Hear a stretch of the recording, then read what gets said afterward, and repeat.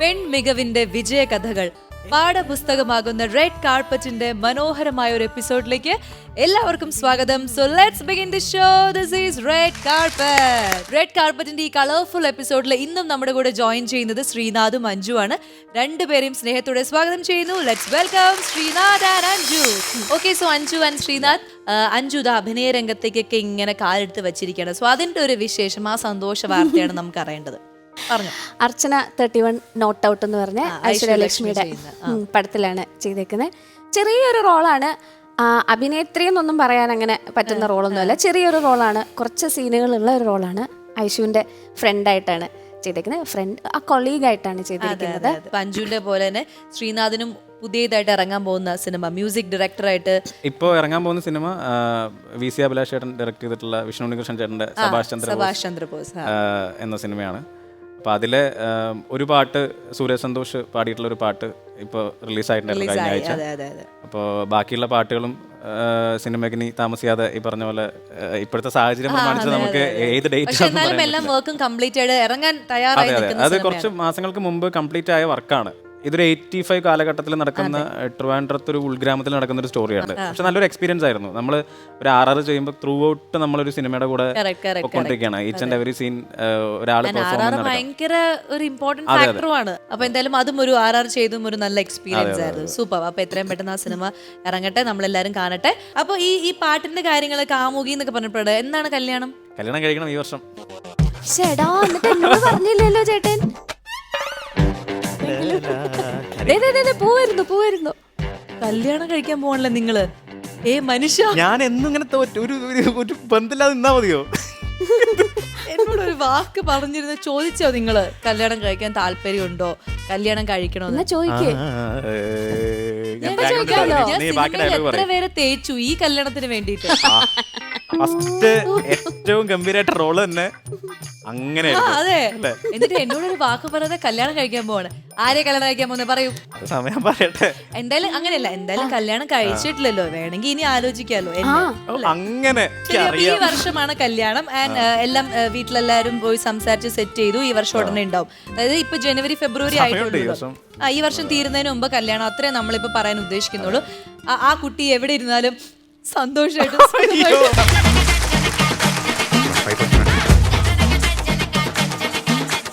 ഞാൻ വെറുതെ പറഞ്ഞു. അപ്പൊ എന്തായാലും അതിനൊരു ഓൾ ദി ബെസ്റ്റ്. ഞാൻ ഇവിടെ വന്നപ്പോഴാണ് അറിഞ്ഞത്, പക്ഷെ അത് വലിയൊരു ഹാപ്പി ന്യൂസ് ആയിരുന്നു. ഈ കവർ സോങ്സ് ചെയ്യുന്നതിന്റെ കാര്യം പറഞ്ഞല്ലോ. അപ്പൊ പെട്ടെന്ന് എനിക്കൊരു ടാസ്ക് അഞ്ജുവിന് തരാൻ തോന്നി. എന്താ വെച്ച് കഴിഞ്ഞാൽ, അത് ഒരു ക്ലാസിക്കൽ ആയിട്ട് പാടാൻ പറ്റും. വെറുതെ ചുമ്മാ ഒന്ന് ട്രൈ ചെയ്ത് നോക്ക്.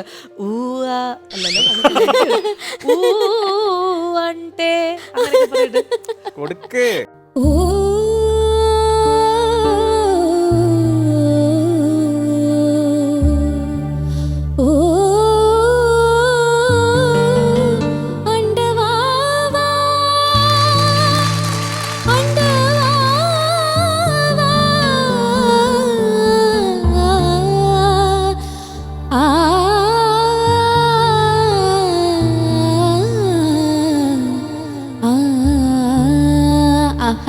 മുരളീരവം जो कभी लेकिन कदम हो जाती है. ഇനി മറ്റേത് പക്ഷെ കറക്റ്റായി. ഹരിമുരളീരവാണെങ്കിൽ കണക്ട് ചെയ്ത് ഇനി ഒന്നുമില്ല. ഒരു പിടി പച്ചമണ്ണ വാരിയിട്ട് പോയാ മതി. ചെയ്ത മറ്റേ മൂപ്പര് കേൾക്കുകയാണെങ്കിലോ, ഭയങ്കര ഇഷ്ടപ്പെടും. സ്വന്തം കുഴി കുത്തിയിട്ട് നേരെ ജമ്പ്. അടിപൊളി അടിപൊളി. ഇഷ്ടമുള്ളൊരു മ്യൂസിക് ഡയറക്ടർ, അദ്ദേഹത്തിന്റെ കൂടെ വർക്ക് ചെയ്യണം, അല്ലെങ്കിൽ കാണണം, സംസാരിക്കണം, അങ്ങനെ ആരെങ്കിലും? എനിക്ക് ഏറ്റവും ഇഷ്ടപ്പെട്ട മ്യൂസിക് ഡയറക്ടർ ജോൺസൺ മാഷാണ്. ജോൺസൺ മാഷിന്റെ കൂടെ എനിക്ക് കാണാനും ഇടപഴകാനും ഒക്കെ പറ്റിയിട്ടുണ്ട്. പക്ഷെ വളരെ ഞാൻ +2 പഠിക്കുന്ന സമയത്താണ്. അപ്പോൾ അതൊരു വലിയ എക്സ്പീരിയൻസ് ആയിരുന്നു. പിന്നെ സ്വാഭാവികമായിട്ടും എന്താ പറയുക, വിദ്യാസാഗർ സാറ്, രവീന്ദ്രൻ മാഷ്, AR റഹ്മാൻ സാറൊക്കെ ഇഷ്ടമാണ്. പക്ഷെ നമുക്ക് ഒരു അടുത്ത് ഇടപഴകാൻ പറ്റിയൊരു, നമ്മൾ ഇഷ്ടപ്പെടുന്നൊരു ആളെന്ന രീതിയിൽ ജോൺസൺ മാഷെ കൂടെ പറ്റിയത് വലിയൊരു അനുഗ്രഹമാണ്. അതെ, അതൊരു വലിയ ഭാഗ്യമായിട്ട് കരിയറിൽ കാണുന്നു. അഞ്ജുവിന് അങ്ങനെങ്കിലും ആരെങ്കിലും ഒരു മോട്ടിവേഷൻ അല്ലെങ്കിൽ ഒരു ഇൻസ്പിറേഷൻ ആയിട്ട് എപ്പോഴും തോന്നിയിട്ടുള്ള വ്യക്തികൾ ജീവിതത്തിൽ? ഓൾ ടൈം ഇപ്പോൾ മ്യൂസിക്കിലാണെങ്കിൽ ജോൺസൺ മാഷ് കഴിഞ്ഞിട്ടേ ഉള്ളൂ. അതൊരു ഓ അത് ശരി. അങ്ങനെ തന്നെയാണത്. ജോൺസൺ മാഷിന് ഭയങ്കര ഇഷ്ടമാണ്. ചേട്ടൻ പറഞ്ഞ പോലെ തന്നെ നമ്മൾ മത്സരിച്ച സമയത്ത് ജോൺസൺ മാഷ് വന്നിട്ടുണ്ട്, സ്റ്റേജിൽ ഇരുന്നിട്ടുണ്ട്, നമ്മുടെ പാട്ടിനെ അത് ജഡ്ജ് ചെയ്തിട്ടൊക്കെ ഉണ്ട്. അപ്പൊ ഇത്രയും നേരം ഇങ്ങനെ പ്രണയാർദ്രമായ കുറെ പാട്ടൊക്കെ പാടി അതിന്റെ വിശേഷമൊക്കെ പറഞ്ഞു. പക്ഷെ വരാൻ പോകുന്ന ആള് ഈ പ്രണയത്തിന് നേരെ ഓപ്പോസിറ്റ് ആയിട്ട് ഫൈറ്റ് കൊണ്ടാണ് വരുന്നത്. അപ്പൊ ഈ റെഡ് കാർപ്പറ്റിന്റെ ഈ ഒരു ചുവന്ന ഈ ഒരു പ്രണയം ഇപ്പൊ കുറച്ച് കഴിയുമ്പോൾ എന്താവുന്ന എനിക്കറിയില്ല. എന്തായാലും നമുക്ക് വളരെയധികം സ്നേഹത്തോടെ ആ കുട്ടിയെ, സ്നേഹത്തോടെയും ബഹുമാനത്തോടു കൂടിയും ആ കുട്ടിയെ സ്വാഗതം ചെയ്യാം. സൗഭാഗ്യ തിമോത്തിയോസ്. എങ്ങനെയുണ്ട്?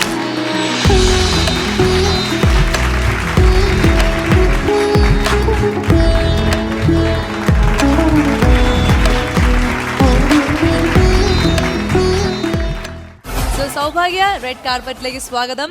ഞങ്ങളിങ്ങനെ വളരെയധികം പ്രതീക്ഷയോടെ കാത്തിരിക്കുകയാണ്. കാരണം ഇവിടെ എനിക്ക് തോന്നുന്നു ആദ്യമായിട്ടാണ് ഇങ്ങനെ ഒരു കരാട്ടെ ഒക്കെ ആയിട്ട് ഒരു കുട്ടി, ഒരു പെൺകുട്ടി വന്നത് ആദ്യമായിട്ടാണ്. അപ്പൊ അതിന്റെ കൂടുതൽ വിശേഷങ്ങൾ നമുക്ക് അറിയാനുണ്ട്. ബ്ലാക്ക് ബെൽറ്റ് ആണ് കേട്ടോ, അല്ലേ? ആൻഡ് 3 വർഷം ഇന്റർനാഷണൽ ഒരു കോമ്പറ്റീഷനിലെ ഭാഗമായിട്ട് മിസ് ഫിറ്റ്നസ്, അല്ലേ? സോ അതിന്റെ എന്തൊക്കെയാണ് ആ സംഭവങ്ങൾ ഒന്ന് പറയൂ. അത് ബോഡി ബിൽഡിങ്ങിന്റെ ഒരു ചാമ്പ്യൻഷിപ്പ് ആയിരുന്നു.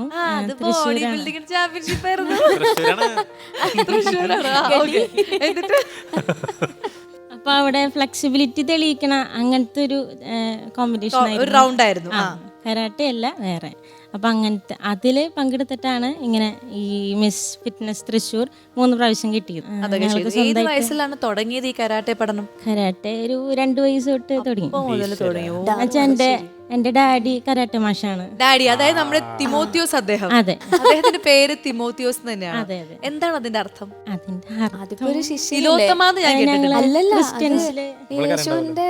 അഞ്ജുൻ അറിയായിരിക്കുമല്ലോ തിമോത്തിയോസ്. യേശുവിന്റെ എന്തെങ്കിലും പേരുകളാണല്ലേ?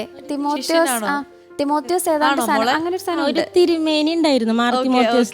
ഞാൻ ഉദ്ദേശിച്ച ആളല്ല. അങ്ങനെയാണ്. പക്ഷെ ആർക്കും കേൾക്കാത്തൊരു വെറൈറ്റി നെയിമാണ് അച്ഛന്. അത് അടിപൊളിയായിരുന്നു. ഞാനത് പഠിക്കാൻ 1/2 മണിക്കൂർ സമയം എടുത്തു. പക്ഷെ കൊള്ളാം, ഞാൻ അച്ഛനെ ഒന്ന് പരിചയപ്പെടുന്നുണ്ട്, അതവിടെ ഇരിക്കട്ടെ.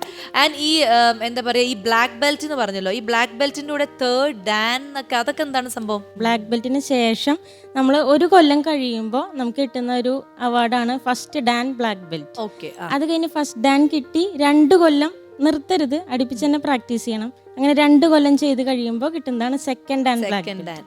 അത് സെക്കൻഡ് ഡാൻ കിട്ടി 3 കൊല്ലം കഴിയുമ്പോൾ കിട്ടുന്നതാണ് 3rd ഡാൻ ബ്ലാക്ക് ബെൽറ്റ്. അങ്ങനെ അങ്ങനെ ബ്രേക്ക് ഇല്ലാതെ പഠിച്ചുകൊണ്ടാണ് ഈ 3rd ഡാൻ വരെ കിട്ടിയത്. ഈ മൊത്തത്തിൽ എത്ര ഡാൻ ഉണ്ട്? 10. അപ്പൊ അത് ഇപ്പൊ ഇനി ബാക്കിയുള്ള പഠനം നടന്നുകൊണ്ടിരിക്കുകയാണോ? ഇപ്പൊ ആൾക്കാർ നിങ്ങളുടെ കൂടെ പഠിക്കുന്നവരിൽ ആർക്കെങ്കിലും 10 ഒക്കെ കിട്ടിയിട്ടുണ്ടോ? ഇല്ല 10 അങ്ങനെ കിട്ടിയിട്ടില്ല. 10th എടുക്കുമ്പോഴേക്കും ഇത്തിരി പ്രായമാവും. ശരി, അപ്പൊ നമുക്ക് അവരുടെ അടുത്ത് കൂടെ ഒന്ന് സംസാരിക്കാം. അതായത് അച്ഛൻ, അമ്മ എല്ലാരും വന്നിട്ടുണ്ട്. ഓക്കെ, അപ്പൊ നമസ്കാരം. റെഡ് കാർപ്പറ്റിലേക്ക് എല്ലാവർക്കും സ്വാഗതം. നമുക്ക് ആദ്യം അച്ഛന്റെ അടുത്ത്, തിമോത്തിയോസ് അദ്ദേഹത്തിന്റെ അടുത്ത് ആദ്യം ചോദിക്കാം. വേറെ വീട്ടില് ചെല്ലപ്പേരൊക്കെ അങ്ങനെ എന്തെങ്കിലും ഉണ്ടോ? വീട്ടില് പറയാല്ലേ, പൊടിമോനെ വിളിക്കാം. തിമോത്തിയോസ്, പക്ഷെ വീട്ടിൽ വിളിക്കുന്നത് പൊടിമോൻ. ചേട്ടാ പറയൂ, എന്താണ് ഈ കരാട്ടെ? ചേട്ടനും കുഞ്ഞുനാളിൽ മുതൽ പഠിച്ചു തുടങ്ങിയതാണോ? ഞാൻ 11 വയസ്സ് മുതലാണ് പഠിച്ചു കരാട്ടെ പ്രാക്ടീസ് തുടങ്ങിയത്. ഇപ്പൊ അത് ഞാൻ പ്രൊഫഷനാണ്. അപ്പൊ ഇപ്പൊ എനിക്ക് 54 വയസ്സാവണം. ഈ ഫെബ്രുവരി 24 എത്ര ഡാൻ കിട്ടി? ഞാൻ 8th ഡാൻ. 8th ഡാൻ കിട്ടിയിട്ട് 9 വർഷം കഴിഞ്ഞാലാണ് 9th ഡാൻ കിട്ടുള്ളൂ. അപ്പൊ അതിനുള്ള പ്രാക്ടീസിലാണ് 2016 ഞാൻ 8th ഡാൻ എടുത്തത്. അപ്പൊ ഇനി ആ ഒരു 9th ഡാനില് നമുക്ക് ചേട്ടനെ കാണാൻ പറ്റും. ആ ഒരു പ്രാക്ടീസിലാണ്. അടിപൊളി. ചേച്ചി എന്താ വിളിക്കുന്നത്? പൊടിമോൻ എന്നാണോ, തിമോത്തിയോസ് ഏട്ടാന്നാണോ, എന്താ വിളിക്കുക? ഇച്ചായനാണോ, അച്ചായനാണോ? തിമോത്തിയേട്ടാന്ന് വിളിക്കുന്നത്.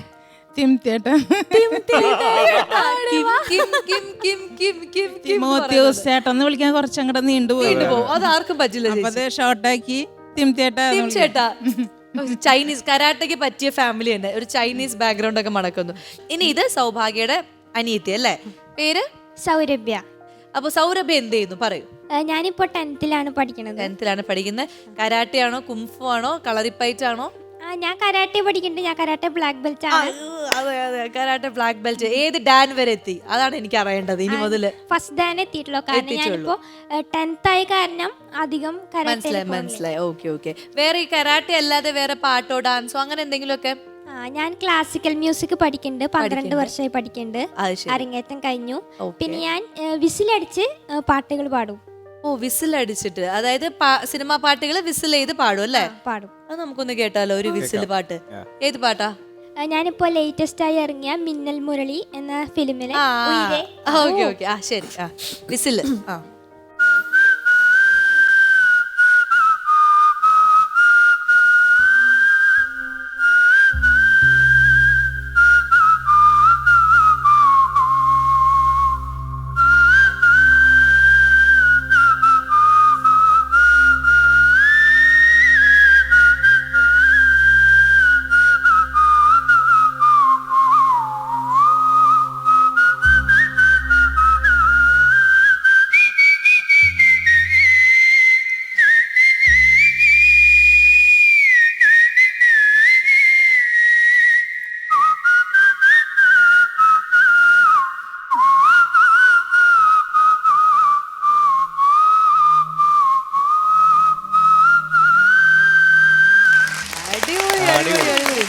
സൂപ്പർ. അപ്പോ എന്തായാലും നമ്മുടെ റെഡ് കാർപ്പറ്റിന്റെ ഒരു എപ്പിസോഡിൽ വരണം കേട്ടോ. ഇതേപോലെ നമുക്കൊരു ഗസ്റ്റ് ആയിട്ട് വരണം. റെഡി? നമ്മളെല്ലാരും പ്രതീക്ഷിക്കുന്നു.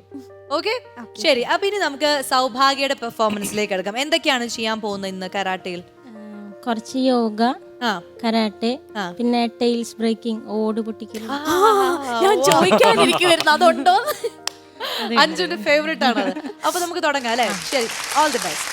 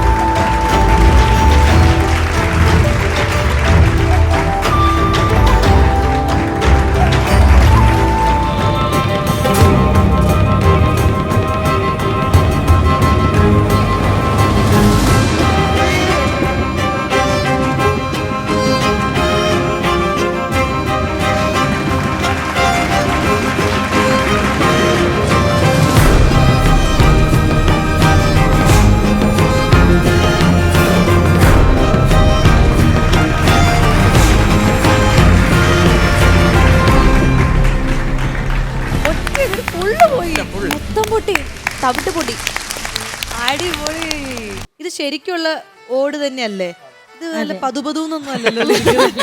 കാരണം ഒറ്റ ഒരു സമയത്ത് തന്നെ ഇതെല്ലാം കറക്റ്റ് ആയിട്ട് എത്ര പെട്ടെന്നാണ് പൊട്ടിച്ചത്. ഒരുപാട് നാളത്തെ പ്രാക്ടീസ് ഉണ്ട്, അത് ഞങ്ങൾക്ക് അറിയാം. എന്നാലും നമുക്ക് കാണുമ്പോൾ ഒരു അത്ഭുതം. ഈ ഹെഡ് ബ്രേക്ക് ഞാൻ ശരിക്കും പേടിച്ചു. എന്തെങ്കിലും വേറെ കുഴപ്പമൊന്നുമില്ല, ചെറുതായിട്ട് ചുമന്നിട്ടുണ്ട്. അത് പക്ഷെ ഫസ്റ്റ് ടൈമാണ് ഹെഡ് ബ്രേക്കിംഗ് ചെയ്യണേ. ഫസ്റ്റ് ടൈമാണ് ചെയ്തത്. അടിപൊളി. എനിക്ക് ഫസ്റ്റ് സ്റ്റേജ് ആണല്ലേ, അതായത് ഒരു ടെലിവിഷൻ. അടിപൊളി. അങ്ങനെ ഫസ്റ്റ് ടൈം നമ്മുടെ റെഡ് കാർപ്പറ്റിൽ വന്നിട്ട് ഹെഡ് ബ്രേക്ക് ചലഞ്ച് എടുത്തിരിക്കുകയാണ്. സൂപ്പർ. നമ്മളെല്ലാവരും അത് കണ്ട് ഭയങ്കര ഇങ്ങനെ എക്സൈറ്റഡ് ആയിരിക്കുന്നു. അപ്പോൾ നമ്മുടെ വക ഒരു ചെറിയ സമ്മാനമുണ്ട്. നമുക്ക് ഇവരെ കൂടി ഒന്ന് ഇൻവൈറ്റ് ചെയ്യാൻ വരും.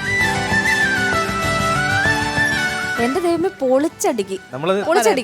സ്റ്റൂൾ ഇത്തിരി ഹൈറ്റ് കൂടിയ കാരണം ഞാൻ ശരിക്കും 12 പൊട്ടിക്കാറ്. ഇത്തിരി ഹൈറ്റ് കൂടുതലായ കാരണം അത് ചാടി അടിക്കണ്ടേ, അതുകൊണ്ട്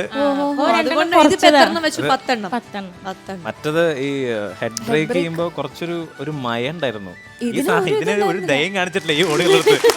എന്തായാലും അഞ്ജുവിന് കാണണമെന്ന് ആഗ്രഹിച്ച സാധനം കണ്ടു. സമാധാനായി. ഇന്നത്തെ ദിവസം അടിപൊളിയായില്ല. സഫലമായി ജീവിതം സഫലമായി. എന്തായാലും വളരെ മനോഹരമായിട്ട് നമ്മളെല്ലാവരും അതിൽ ഇൻവോൾവ് ആയതിനൊരു പ്രത്യേക ഹരമുണ്ടായിരുന്നു ഈ എപ്പിസോഡ് കണ്ടോണ്ടിരിക്കാനും. ഇപ്പോൾ നമ്മൾ ഇതിന്റെ വൈൻഡ് അപ്പ് സെക്ഷനിലേക്ക് പോവാണ്. സോ അതിന് മുമ്പ് നമുക്ക് സൗഭാഗ്യക്ക് ഒരു സമ്മാനം ഉണ്ടാകുന്ന ഞാൻ എടുത്തിട്ട് വരാം.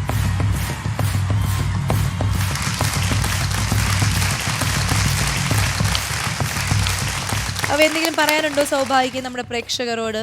ഇന്നത്തെ കാലത്ത് എല്ലാ പെൺകുട്ടികളും ഇതുപോലെയുള്ള ഏതെങ്കിലും ഒരു മാർഷൽ ആർട്ട് പഠിച്ചിരിക്കുന്നത് വളരെ നല്ലതാണ്. പ്രത്യേകിച്ച് യാത്ര ചെയ്യുന്ന ആൾക്കാരൊക്കെ, അവർക്കൊക്കെ ഇങ്ങനെ ഒരു സെൽഫ് ഡിഫെൻസ് അവർ പഠിച്ചാൽ അത് വളരെ നല്ലതാണ്. അപ്പോൾ എന്തായാലും ആ ഒരു മെസ്സേജ് നമ്മൾ സൗഭാഗ്യക്കുട്ടി നിങ്ങൾക്ക് തന്നിരിക്കുകയാണ്. അപ്പോൾ എല്ലാവരും അതിനുള്ള കാര്യങ്ങളൊക്കെ ചെയ്യുക. ആൻഡ് നമ്മൾ ഇന്നത്തെ എപ്പിസോഡ് ഇവിടെ വൈൻഡ് അപ്പ് ചെയ്യാൻ പോകുന്ന ഈ ഒരു ഫാമിലിയെ പരിചയപ്പെട്ടു, ഒരുപാട് വിശേഷങ്ങൾ കേട്ടു. And thank you so much Sreenath and Anju, നമ്മുടെ കൂടെ ഇത്രയും എന്താ പറയുക എഫേർട്ട്ലെസ് ആയിട്ട് എല്ലാ കാര്യങ്ങളും ചെയ്തു. നിങ്ങൾ പെർഫോമേഴ്സ് ആണ്, അതുകൊണ്ട് അത് വേറെ കാര്യം. പക്ഷേ നമ്മളെല്ലാവരും എൻ്റർടൈൻ ചെയ്യിപ്പിച്ചു. അപ്പം ഇനിയും ഒരു അവസരത്തിൽ പുതിയ പുതിയ വിശേഷങ്ങളുമായിട്ട് നമുക്ക് വീണ്ടും കാണണം. എല്ലാ പ്രിയപ്പെട്ട കലാകാരികൾക്കും റെഡ് കാർപ്പറ്റിന്റെ വേദിയിലേക്ക് സ്വാഗതം. സോ നമുക്ക് ഇപ്പോൾ ടാറ്റ ബൈ ബൈ പറയാം. Take care. This is red carpet. Costume courtesy for Swastika, Salah Boutique by Sajuli Salim.